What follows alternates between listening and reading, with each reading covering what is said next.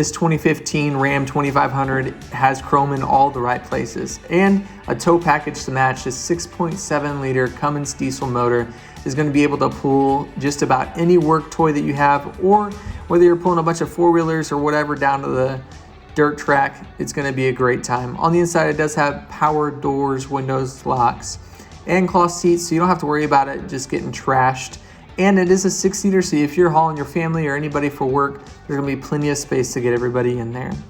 It does have 105,000 miles. And taking a look at the steering wheel, it does have hand controls there for your phone or for your cruise control. The radio does come equipped with Sirius XM, as well as climate control and a media selection there for your phone, as well as the controls for the exhaust brake and trailer brake controller, and a nifty little pocket there to store anything like your keys or change. Up top, we do have the power control for the power sliding rear window, so you don't have to reach back there like you used to in the old days.